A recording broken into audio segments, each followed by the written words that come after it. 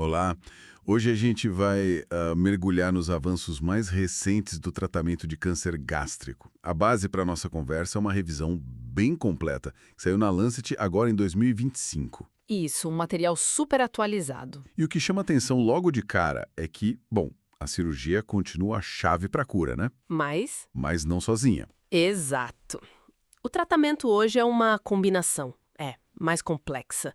Envolve químio e cada vez mais terapia-alvo, imunoterapia, principalmente quando a doença está mais avançada. É uma integração bem mais sofisticada, sem dúvida. Nossa ideia aqui é, então, destrinchar os pontos principais dessa revisão.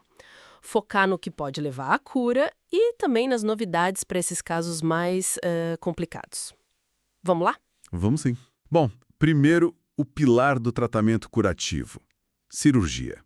A revisão reforça muito a necessidade da tal ressecção R0. Que é tirar o tumor com margens livres de doença, né? Essencial. E também a linfadenectomia D2, que é retirar mais linfonodos, um grupo mais amplo. Isso.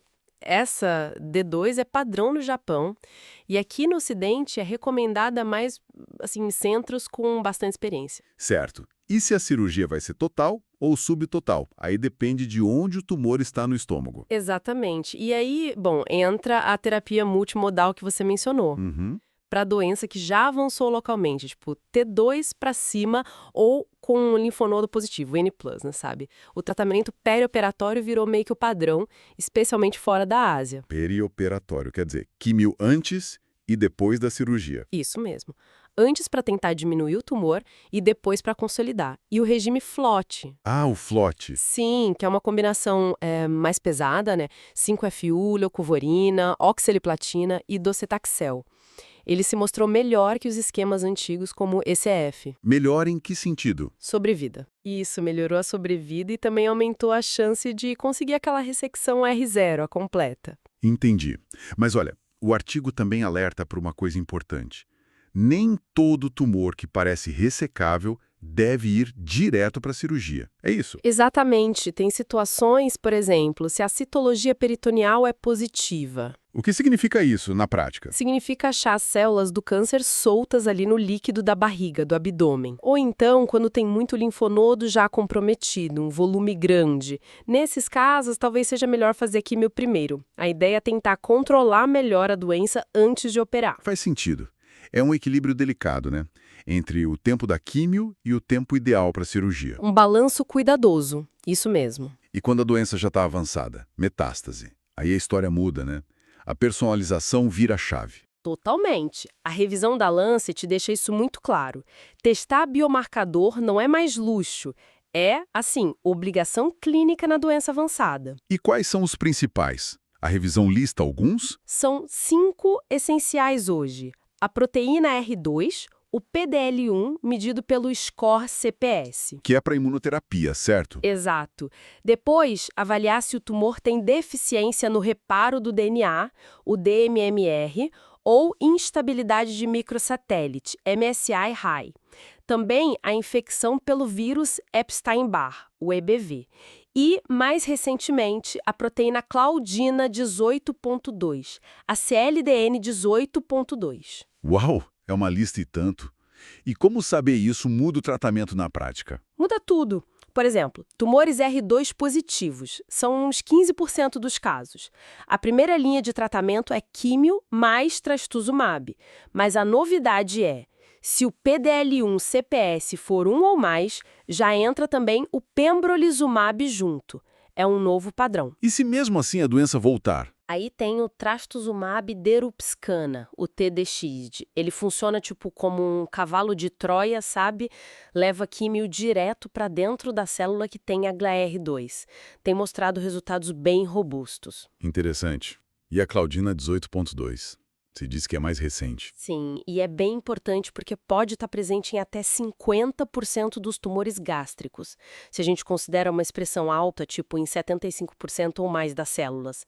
Para esses casos, o zolbetuximab, combinado com a químio, mostrou benefício claro em 2 grandes estudos, o Spotlight e o Glow. Abriu uma nova porta, então, para muita gente. Uma avenida terapêutica nova e significativa, com certeza. E a imunoterapia geral? baseada no PDL-1. Aí o score CPS é quem manda. Se for 5 ou mais, a combinação de químio com o pembrolizumab ou nivolumab já entra na primeira linha. E um ponto super importante, tumores MSI high, DDMR ou EBV positivo. Esses são considerados super respondedores. Mesmo com o CPS baixo. Mesmo com CPS baixo. Eles respondem muito bem à imunoterapia isolada ou combinada. Entendi. Fica claro que o tratamento está bem mais direcionado para o perfil de cada tumor. Mas, imagino que nem tudo seja perfeito. Quais os desafios que a revisão aponta? Sim, claro, existem desafios. Primeiro, a resposta não é universal. Nem todo mundo responde, né? Especialmente tumores do tipo difuso ou os chamados genomicamente estáveis, GS. Que tem poucas mutações. Isso, o sistema imune parece ter mais dificuldade em reconhecê-los. Outra coisa, a expressão do ER2 pode diminuir ou até sumir depois que o paciente já usou o trastuzumab. Isso complica as opções lá na frente.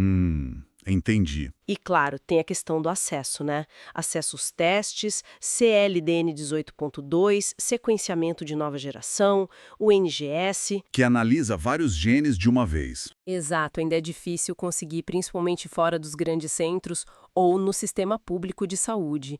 E mesmo com o teste, a interpretação do resultado e a discussão em equipe multidisciplinar continuam sendo, assim, fundamentais. Perfeito. Resumindo, então. O manejo do câncer gástrico evoluiu muito, é uma combinação de cirurgia bem feita, químio sistêmica e, na doença avançada, um foco cada vez maior em terapias guiadas por biomarcadores. Mais complexo, Mas muito mais personalizado e, espera-se, mais eficaz para cada paciente. Exato. E para a gente pensar um pouco para o futuro, a revisão toca num ponto interessante sobre dados que estão surgindo. É o monitoramento do DNA tumoral circulante no sangue, o ctDNA. Aquele DNA do câncer que escapa para o sangue. Esse mesmo.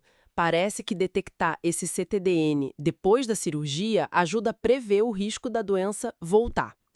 Então fica a pergunta, né? Como que essa ferramenta, o ctDN, pode, talvez, num futuro bem próximo, refinar o acompanhamento? Guiar decisões sobre tratamentos adicionais, tipo quimio adjuvante? Será que vai mudar como a gente avalia o risco depois da cirurgia? Uma ótima questão para a gente ficar de olho. Mostra como a área continua avançando rápido. Muito rápido.